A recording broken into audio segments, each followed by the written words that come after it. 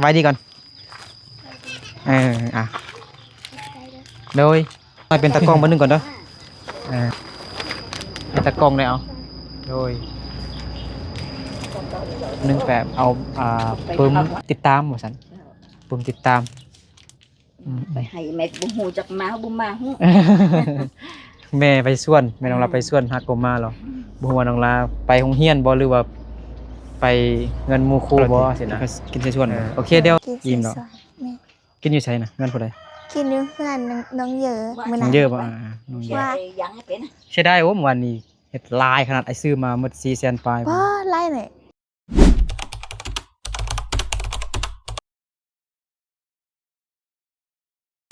มากินขนมมาไปไปยังไว้เนาะขนมตัวเนาะขนมกระดาวมากว่ามามากินขนมมาหาน้องลาคือเก่าพี่น้องเนาะเอากับทักทายสบายดี FC เบิดทุกคนเด้อยินดีต้อนรับเข้าสู่ซองเบานึกเผาไพรเส้นเก่าเหมือนเคยอีกแล้วเนาะเมื่อวานนี้น้องลาไปรับจ้างเราพอดีมีผู้ใหญ่ใจดีเพิ่นฝากเงินมาให้น้องลาเนาะให้เบานึกซื้ออันซีนหมูแล้วก็ปลาเด้แต่เมื่อวานนี้บ่นึกได้ซื้อแต่ซีนเนาะบ่ทันได้ซื้อปลาเนาะเขาเจ้ายังบ่ทันได้ส่งปลานิ่นมาเทื่อเนาะมีแต่ปลาดุกบ่นึกอยากซื้อปลานิ่นให้น้องลาเนาะแต่ว่าเพิ่นยังบ่ทันได้ส่งมาตลาดหั่นนะบ่ได้ก็เลยบ่ทันได้เอาปลานิ่นเนาะซื้อแต่ซีนหมูมาโลนึงเมื่อวานนี้บ่นึกก็บ่ได้ถ่ายคลิปบ่นึกก็เอาซีนหมูโลปลานี่แหละเอาไปให้แม่น้องล้าแต่น้องล้าไปรับจ้างทุกคนเนาะไปปลูกข้าวโพดได้ยินน้องล้าว่าเฮ็ดเงินเสียอีกเงินเฮียทุกคนเนาะตอนนี้น้องล้าไปกินเสส่วนน้ำหมูว่าซั่นอยู่เงินหมูเดี๋ยวแจกขนมให้ผู้สาวผู้บ่าวน้อยนี่ก่อนอักกัวอ้าวคนนี้ซื้อหยังนี่นะยังบ่ฮู้ซื้อจ้ะซื้อหยังนี่ปรับใจซื้อยังกี้เบากี้เนาะอันนี้น้องเกียร์โดยนี่เป็นอาเม้งเอาบอลนี่เดี๋ยวไปเศร้าหน่อยไว้ดีก่อนโดย เวลายังบ่ทันมาครับเมื่อกี้นี่บอลนึกไปโทรหาน้องลาแล้ว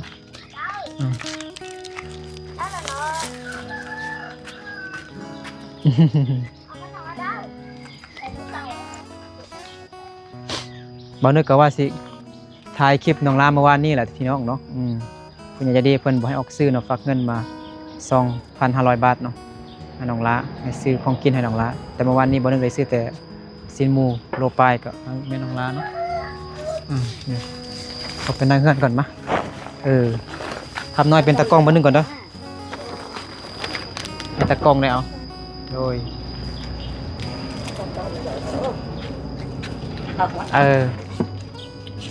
ขอบใจน้องเกียร์มาในโอ้ชิล่มแล้วเห็นแม่น้องลาบ่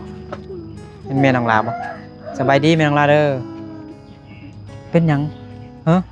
ได้ขนมหรือบ่อาจีได้ขนมแล้วเมื่อกี้ตรงนี้มันแตกใส่ขนมเมื่อกี้ไว้ใส่ทรงทางตีนอีกนะโดยพอน้องลาพักผ่อนสบายดีเด้อ พอน้องลาเลยเนาะบ่ได้ไปส่วนบ่แม่ไปส่วนมาบ่พากันกินข้าวสวยแล้วบ่ซีนหมูเมื่อวานนี้บ่นึกลืมเอาออกจากเบาะรถพี่น้องเนาะเราไปเฮ็ดเสส่วนกินเฮือนน้องประยงอยู่ดน ลืมเอาอันซีนหมูมาไว้ตู้เย็นน้องลาก่อนลืมกินเสส่วนแล้วก็ถ่ายคลิปเราจึงฮู้ว่าเอาซีนหมูไว้เบาะรถมันก็มีกินกับเม่นแล้วแหละได้กินแล้วบ่ กินน้ำชาเมนไหนนี่แหละ เม่นนึงกันบ่แม่น เอาไว้โดนเดี๋ยวลืมเนาะถ่ายคลิปประยงมีน้องปาจี้เด้อน้องปาชงน้องกาเซียน้องดวงใจน้องตาตุ้นเอ้ยลี่เด้อเฮ็ดสิชวนกินเมื่อวานนี้อยู่หันประยงน้องลาบ่อยู่ซะเสียดายน้องลาน้องไปเย่งก็บ่วางเนาะเมื่อวานก็โทษเราดิบ่ได้โทรหาน้องลาแล้วน้องลาว่าสิมาแล้วกินสิส่วนเบิดนึงบ่อันกินสิส่วนบ่ได้ไปโรงเรียนไปเบิดนึงแปบเอาปึ้มติดตามว่าซั่นปึ้มติดตามไปให้แม่บ่ฮู้จักมาบ่มาฮู้ แม่ไปส่วนแม่น้องลาไปส่วนฮักบ่มาหรอบ่ฮู้ว่าน้องลาไปโรงเรียนบ่หรือว่าไปเงินหมู่ครูบ่สินะโอเคเดี๋ยวถ้าน้องลามาก่อนเนาะถ้าน้องลามาก่อนเอากินขนมบัดนี้บ่ได้กินข้าวสวยเถอะบ่คำน้อยกินแล้วเฮ็ดหยังกินฮะไทยดิเฮ็ดอะไรกินไข่ข้าวแล้วก็กี้อ่ะไก่ข้าวต้มกินแบบง่ายๆเนาะกินง่ายอยู่ง่ายน้องละฮะน้องลาไปล้างน้ำมาพี่น้องเนาะน้องลายังให้อยู่เงินเสียฮะมันบ่เงินไอ้ลาเสียเนอะน้องชงรอน้องโอ้ยปล่อยจ้ะน้องไม่จังกินเด็กเลยนะน้องลาไปหับจ้างกับเงินเสียว่าซั่น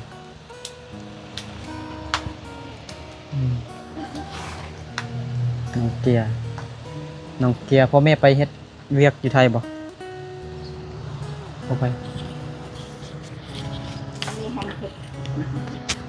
พ่อแม่ไปยังน้องเกียร์เกียร์นะเกียร์นะไปไทยเนาะมีแต่พ่อแม่คำน้อยเด้ไปบ่พ่อแม่คำน้อยบ่ไปเนาะบ่แข็งแฮงพอ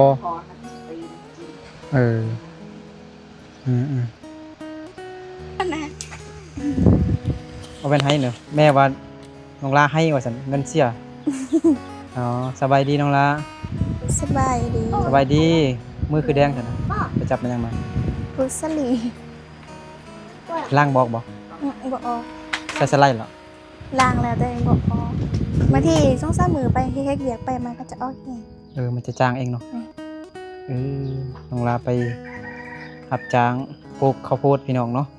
เบิ่ง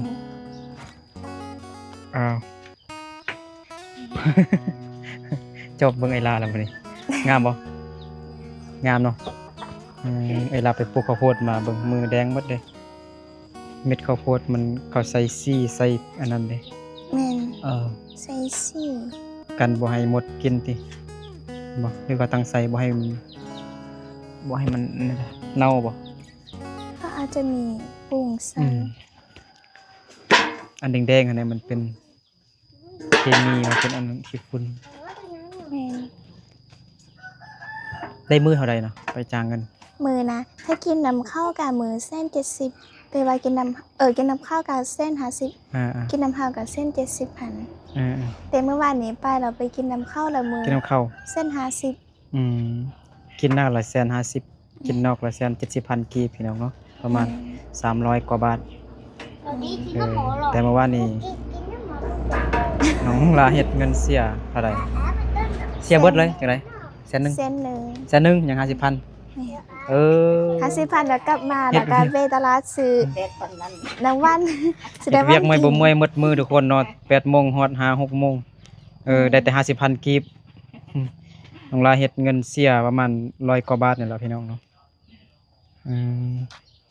160-70 บาทแต่ 50,000 กีบเพราะว่าน้องลาใส่ทุ่งทรงอาจจะนั่งแล้วมันจะโดนออกกับบ่ฮู้น้องลากินข้าวแล้วติกินใส่ส่วนบ่โดยกินอิ่มแล้วกินอยู่ไสน่ะเงินผู้ใดกินอยู่เฮือนน้องเยอะมื้อนั้นเยอะบ่น้องเยอะยังให้เป็นใช่ได้โอ้มื้อวานนี้ ฮ็ดลายขนาดไอ้ซื้อมาหมด400,000ปลาย บ่ไล่หน่อย ว่า เฮากินได้80,000ซื่อๆเมื่อกี้ เห็นไหม กินบ่หมดยังครึ่งนึงเลยหมอใหญ่หั่นน่ะ หมอให หม ญ่ อน้องประยงหั่นน่ะ อืม อ่ามีแต่น้องตาตุ้นมา อ่า น้องประยงบ่มาสำเฮ็ดกินให้อายให้แม่ว่าซั่นอาย โดย อายกลาง น่ะน้องไปเย็งเนาะอายมายามเฮ็ดกินตอนช่วยให้อายกับแม่ว่าซั่นกับเอ้ยไผได้ติ อ่า มีแต่น้องตาตุ้นมารุ่นเอ้ยกับมีแต่น้องตาตุ้นเอ้ยลีน้องปาจิตปาจีน้องกาเซียน้องปาชงน้องเอกมือ น้องเอกมือน้องปาชง แต่ ฮู้ น้อง บ่ ไปช่วงฮู้ ฮู้ เป็นหมู่ ก็ น้อง มา ไป แต่ไท ย่ ย งเป็นหมู่ไปย่งกะโดนใจ น้องใจน้องประยง เด้อ น้องกาเซียเด้6 คน 6 คน7 คน เด้อ อืมเธอความลายเต็มหมอยังเหลืออยู่ยังบ่ได้ใส่หมดก็เต็มหมออัน เต็มหม้อ เวียด เล อัน ย นะ เออ อืม สื่อไล่เลยเนาะสื่อ คือลายคิดว่าอันบ่ทำอิฐโทรหาน้องไปเย็งไปเย็งก็ว่าโอเคนี่โอเคเพิ่นก็โอเคเบิดแต่โทรหาน้องบ่ติดแล้วบัดนี้น้องลาไป ทำประยงน้องประยงว่าอ่าน้องลาอยู่เฮือนว่าซั่นอยู่บ้านว่าซั่นแล้วบัดนี้อ้ายก็จึงซื้อมา เออ ซื้อเครื่องสีส่วนมาโคตรลายหมด400,000ปลาย พอดี เราสุดท้ายเราน้องลาก็บ่มาน้องไปเย็งก็บ่มา น้องลาไป ขาดผู้ใหญ่ ถึง2 คน น้องลาก่อน น้องลาไปรับจ้าง แม่น ไปรับจ้างไกลบ่ ไกลอยู่ ขี่รถไป ขี่รถใหญ่ ขี่รถใหญ่บ่ แม่น อยู่ไส อยู่นาลือทางไปห้วยสิงใหญ่นะใกล้สุดไอ้นึก เฮาไป6โมง โอ้ ไป ยสิฮอดบ้านอ้ายแล้วเด้ แม่น ประมาณ เดินทางไป 30ปลายกิโลเมตร40อยู่ ประมาณ บ้าน 40 ที่คนจีนเพิ่นเฮ็ดสวนมักแตงโมนะ หมักแตงโม แม่น หมักแตงโม อยู่ กายปั๊มน้ำมันบ่ ใกล้ไป กาย แล้ว กายปั๊มน้ำมัน อยู่ แล้วก็เบื้องซ้าย มี แม่นบ่ ส้นยางหนึงแล้วก็แยกทางส้นยางไปพุ่นอีก มีส่วนยางกำลังสิขึ้น แม่น กำลังสิขึ้นภูมีโค้งแม่นบ่ ๆแม่น แต่มันมีทาง3แยกทางดินแดงแม่นบ่เบื้องซ้ายบ่เวลาเฮาขึ้นไปพุ่นเนาะ ลืมเบิ่งเหรออาจารย์ แม่นบ่ แล้วก็จะมีไฮอยู่นี่ไฮส่วนไม้ซักเขานะแต่ว่าเข้าทางหมดแล้วแม่นบ่มีไฮอยู่เบื้องขวาแล้วก็มีทางรถอยู่เบื้องซ้ายแม่นบ่ จัก หรือว่าทางเบื้องขวาหรือเบื้องซ้ายเวลาเราไปพุ่น ถ้า นะ ไปนี่แมันเบิ่งขวา เบื้องขวา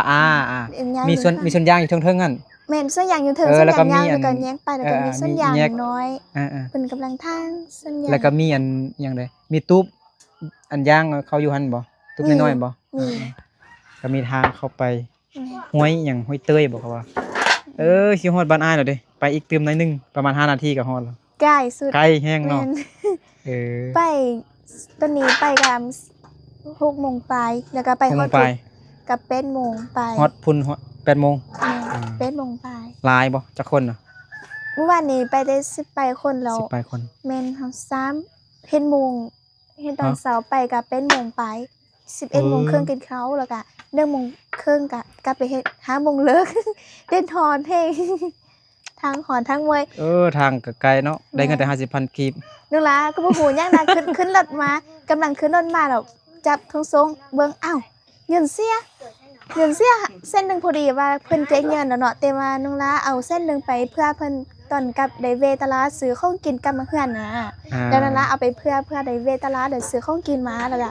จับทงทรงมาอ้าวเงินเสียยังแต่50,000บ่ฮู้สิว่าหยังเลยมีแต่ซื้อแล้วก็เบิกจับทงทรง เมื่อยแฮงเนาะ แม่นรู้ เสี สึ ย ก ใจแฮงเนาะ แม่นรู้สึกว่าเปิดเพลงเลยนะน้องน้ำบ่ฮู้สิเล่าเลย หมดแฮงหมดกำลังใจ แม่นขึ้นรถมากระทั่งบ่ปักบ่เว้าแต่น้ำตาก็ไหลๆๆๆมาแบบ คือเสียดายเนาะเสียแฮงเนาะ แม่นเสียแฮงแบบรู้สึก เสีย ว่า แฮง ตากแดงหมดมือ อ่า เงินบ่เหลือแล้วเสียดายแฮง อยู่ไปอยู่น้ำตาไหล ทั้งแบบคนรักปักละไล่คนติปินมาทางนี้ สงสารตัวเองเนาะ แม่นปินมาคนเดียวแล้วก็ก้มหน้าลงแล้วก็ให้คนเดียว ให้ไปบ่มีเสียง แต่น้ำตาไหล แม่น ย่อย แม่นว่าเสียดาย ๆไอ้ก็เคยอยู่ เป็นเงิ เคน ย หน่อยแต่ก็เป็นเงินคือกัน ตอนไอ้เข้าเฮียนอยู่พุ่นแหละอยู่เมืองเมาพุ่นแหละ หน่อย แม่เอาเงินให้50,000แล้วบางทีก็เฮ็ดเสีย เฮ็ดเสียบ่เสียจักพันลืมแล้วโดนแล้วตอนอยู่ม1ม2นี่บ่ตอนอายย่างไปได้ตอนย่างไปไกลแฮงแล้วแต่นี่ไปฮอดสัญญาพุ่นแหละย่างไป โอ้ไก่เนาะ แต่ว่าบ่ได้เพียงเลยขึ้นภูอีก ขึ้นผู้ ขึ้นดอย ทางยังบ่ได้เป็นเวท แม่นอยู่เขตบ้านอันเกิดของแม่น้องลานนะ โด อย ยู่เขตสะแมัสันแต้พุ่นแหละมันจะมีภูหลายเนาะภูลงอิหยังขึ้นดอย ไปแต่8 โมงเช้าเนาะย่างไปกับหมู่2 คนก็บ่แม่นหมู่ดอกเป็นพี่น้องกันหั่นแหละลูกเอ้ยลูกน้องลูกอ้ายลูกน้อง เรา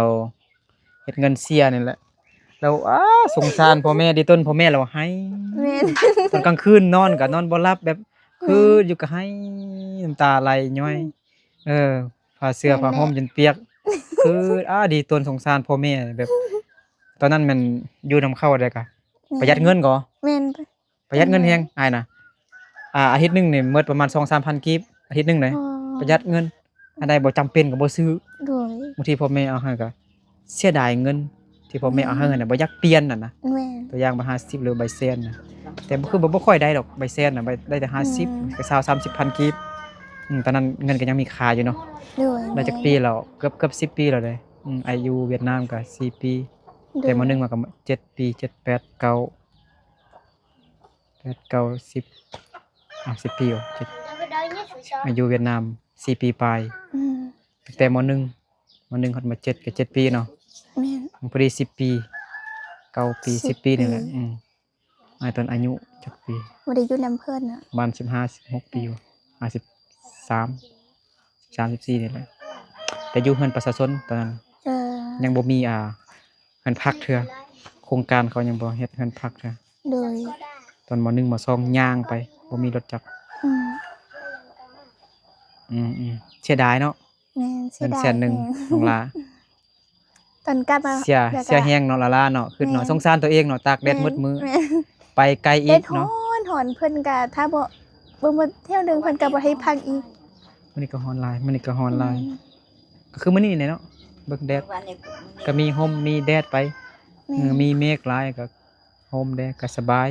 มีลมพัดมาเย็นแดดแล้วก็เปิด แม่น ฮ้อนแท้ฮ้อนว่า ฮ้อนแฮงตอนก็ ตะเว้นมันก็ใหญ่ดิตะเว้นมันใหญ่กว่าในโลกซั่นน่ะ แม่น มันอยู่ใกล้ ไป ซื่อ ไปทั่วโลกเลย มันอยู่ใกล้ซื่อ แม่น ในโลกยังน้อยซื่อตะเว้นใหญ่กว่า ยาวกว่าแล้ว เรามื้อนี้น้องลาไปโรงเรียน แม่นว่าสิ ไปเฮ็ดหยัง เบิ่ง เอาปึ้ม โดยแล้วก็ไปเบิ่งว่าได้เส้นคืนต่างๆบ่แล้วก็ บ่ได้ ว่า เซ็ง ไปติดตามไปแต่ บ่ ไป ได้เซ็งครับ ก็บ่ได้เส้นคืน ได้ที่หนึ่ง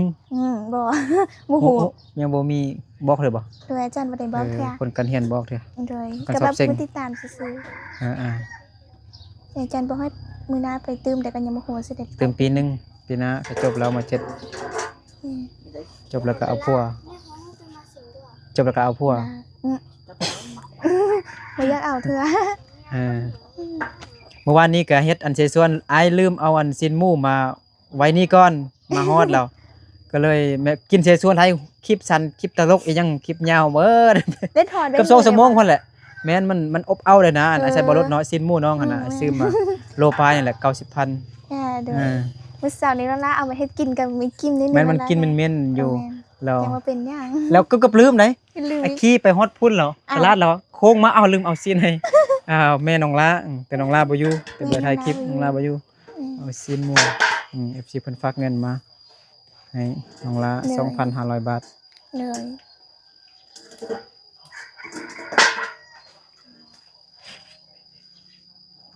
เมื่อวานนี้เน็ตก็หมดอีกแล้วก็ไปก็บ่ได้บอก ฮะ เมื่อวานนี้ บ่ได้บอกให้ บ่ได้บอกแม่เพิ่นว่าเน็ตหมดแล้วบ่ได้บอกประโยงน้ำก็จะถามประโยงว่าประโยงอยู่บ่ประโยงก็ว่าอยู่ถ้าอยู่แล้วก็ได้ฟังเงินให้ไปซื้อใช้ซาร์จโทรศัพท์อีกนะว่า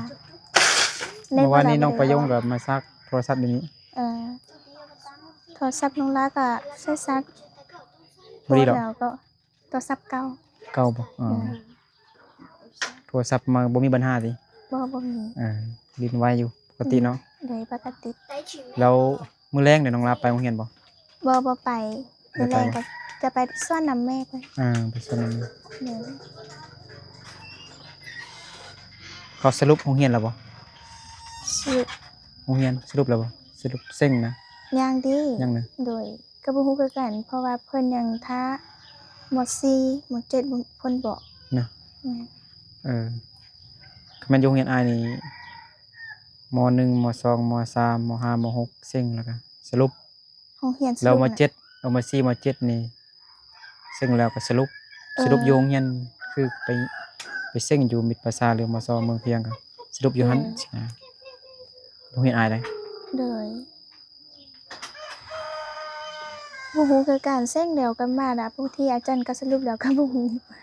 อืม อ๋อเด็ดฮอดแฮง เฮ็ดฮ้อนเมื่อวานนี้ก็แบบนี้เนาะ แม่น ได้แต่50,000เนาะ แม่นจน ฮ้อนบ่ฮ้อน รู้สึกว่า ได้แต่50,000 แม่นรู้สึกว่าร่างตนเองคือถึงไม้เลยนะฮ้อนบ่ได้พักอีก จน ฮ้อนเนอะ รู้สึกว่าจะเมาเด็ก คือเฮ็ดให้ก็เมื่อย แม่น ฮ้อน เป็น ไป เฮา เฮ็ กา ดให้มา10ปลายปี20ปี แม่นพอเป็นส่วนที่ว่าคนจีนเพิ่นเฮ็ดแล้วมันจะบ่มีต้นไม้จักต้นเลยนะมัน นี่ แม่นบ่มีบนโฮมเลยจะนั่งพักก็ได้ฮอดไปนี่ก็ต้องนั่งพักกินน้ำ ข้าวคนจีนเหรอ แม่นในส่วนมันแต่ ข้าง ว ค โพ น ดนะ จีน บ่ข้าวโพดนะข้าวโพดจีนหรือว่าคน บ่ คนมง คนมุ้งเพราะว่า มุ้งน่ะ ไปเซาดินของ เอาไปเซาดินอยู่พุ่น แม่เซาดินจีนเพิ่น ผู้เบาจีนนะ จีโยจีโยหรือลิงฮอ ผู้ใดนะบ่แม่นนะ เออ บ่แม่นนี่นะ ๆ พาไปเซา ๆมันไปเซาดินอยู่พุ่นเนาะโอ้ยเซาไกลแฮงเนาะ แม่น แล้วทั้งหมดจักคนเมื่อวานน่ะไปจ้างเงินน่ะหลายบ่ กาน่าจะ10คนมี 10คนเลย หมดจักเป่า 3เป่า4เป่า3เป่า เป่าน้อย ไป ติ เป่าแบบเซาไปเซาโลบ่ นะกระเทินนั่นติ แม่น มันบ่ มันจะไม่รู้ดิ ข้าวโพดน้อยๆบ่ใหญ่เนาะซำเป่าปูน แม่นแม่น แม่นบ่ซำเป่าปูนเนาะเอ้าคือหมดหลายแท้เก่งเนาะ3-4เป่า แม่น ใส่เต็ม 3-4ป่า จักเม็ด3เม็ด4เม็ดแม่นบ่นั่น 2-3 เม็ด 2-3เม็ดน้ายังใส่น้อยอยู่เลย แม่น ถือว่าเก่งแล้ว ต่ว่า2-3มือนี้ก็รู้สึกว่ามือนี่ก็คือโดนเนาะมือนึงเนาะแล้วก็บ่ได้ไล่แฮง โดน มีอาหาร อืมแรงไปส่วนไปเฮ็ดหยังไปเสียหญ้าบ่ เคยใช่ยา พุ่นบ่ แม่นใช่ยามัตตุดิน ทุรินทร์ เลยแล้วเส้นแล้วก็จะไป เกี่ยว ทางต่าง มื้อนี้เบานึกก็มาคนเดียวพี่น้องสาวดีพรเมื่อยว่าซั่น ๆรู้สึกเมื่อย รีเมื่อย ไปรีไว้พักผ่อน เกี่ยม แบบไปช่วยเข้าเงินดีเด้อนะมีคนเสีย มีเพื่อนดีเด้ แม่นมีลุงคนหนึงอยู่บ้านเพิ่นเสียแล้ว อ่า ไปเลไป2มื้อไปช่วยเขา เลย ตอนค่ำก็ไปได้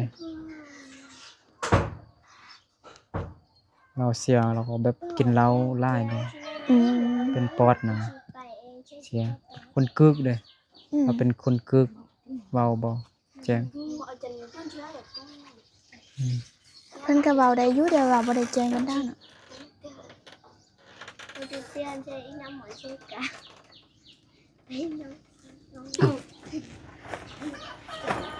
ขนมน้องละเด็กน้อยได้หมดแล้วขนมยังเอ้ยละ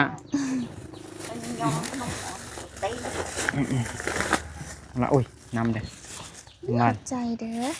ลอย ขอบใจ อาปงบ่มาสำหรับมื้อนี้เนาะอาปงอยู่เฮือนบ่มื้อนี้นะ อยู่ อยู่บ่ เออ เอ้าน้อง ไปยง ชง ว่าตรงนี้เจ๊กันเนี่ย น้องเกียเอา อืม เอ้าอาเมงคิดฮอดพ่อแม่บ่ ก็เหมือนกันว่าเนี่ย บ่เข้าใจ บ่เข้าใจ บ่เข้าใจเนาะพระว่ เอาอีกคนละ2ธงขอบใจ FC ขอบใจ FC เด้อ ใจ เน็ต เด้อ FC ซื้อแล้วนี่จะให้เด็กน้อยนะคำน้อยจับกล้องไอ้เราบึ้งเอาเงินไอ้ลาก่อนซื้อขนม น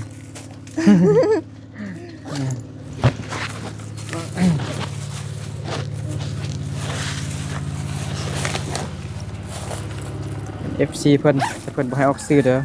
โดย 1 2 3 4 5 6 7 8 9 10 11 12 13 14 15ล้าน5แสนเด้อซื้อชิ้นหมูเมื่อวานนี้ก็หักค่าธรรมเนียมเด้อซื้อขนมเนี่ยยังเหลือ1ล้าน5แสนกีบอ่ะ ขอบใจเด้อ โอ้ยแม่มานั่งนี่ เนี่ยแล้ว นำลูกคิดฮอดเอาไปซื้อเหล้าซื้อเบียร์กิน เงิน น้องลาอวยพรให้ผู้ใหญ่เพิ่นเด้อ เด้อ อ่า เนี่ยจักแน่น้องลาขออวยพรให้ผู้ใหญ่ใจบุญจงดีมีสุขสุขภาพแข็งแรงความเจริญอย่าได้ความใครอย่ามีขอให้ร่ำรวยเด้อ สาธุ ขอบใจหลายๆเด้อ ใจร้ายเด้อเนาะอย่าใจดีโอ้พี่ต้นน้องลาเนาะไปตักแดดมืดๆได้50,000กีบเมื่อวานพี่น้องเนาะ จังเงินเสีย100,000 แม่น อ่าเสียดายเนาะ แม่น ตกอยู่บนใดเนาะบ่เป็นเขารักบ่ บางทีก็เขาเก็บได้แล้ว เก็บได้แล้วเนาะซื้อขนมแล้วเนาะ ไล่เด้ อยู่บ้านเฮาก็มีปลาบ่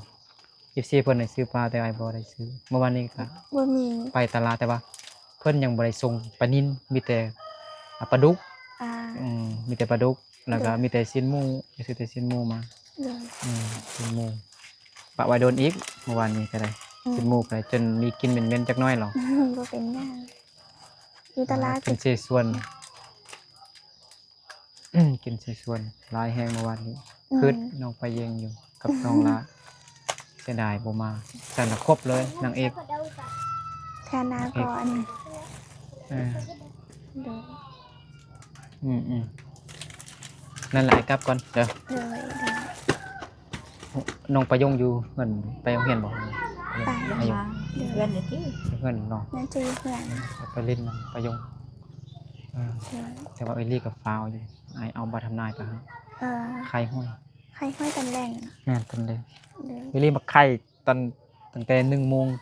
เออ 1 2 โมง ไข่ แล้ว ก่อน แม่น เออ เลาะไข่เลยนะเลาะไข่คันเขานั่งไข่อยู่เป็นบอลบ่ได้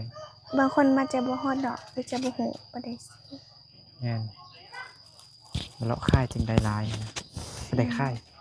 เด้อ ก็มีหลายคนไข่หลายเป็น6 คนพุ่นแหละ โอ้ อยู่บ้านเอลลี่เลยแต่ก็ไข่ให้เอลลี่หมด จ้า เลย เอ้าให้ยังอีก พระเจ้า ฮะบ่ได้ตีฮะ ให้กี่ บ่ได้ตีเนาะบ่ได้ตี ขนมยังอยู่นี่บ่ต้องให้แล้ว นะ พอดียัง สักว่า เอาซ้ำ ก็เชิญ ไปได้3 ธงบ่ได้เนาะ เอ้ยไม่ได้กำไรหรอกเอาอ่ะ ขี้อายเอาพี่น้องบ่นึกกลับบ้านก่อนพี่น้องเนาะขอบใจขอบคุณ FC ขอบใจผู้ใหญ่ใจดีหลายๆเด้อขอให้เพิ่นจงอยู่ดีมีแรงสุขภาพเข้มแข็งแข็งแรงขอให้มีแต่ความสุขความเจริญรุ่งเรืองเนาะขอให้ร่ำรวยเงินทอง เด้ออยู่ดีมีแรงบ่ทุกคนเนาะบ๊ายบาย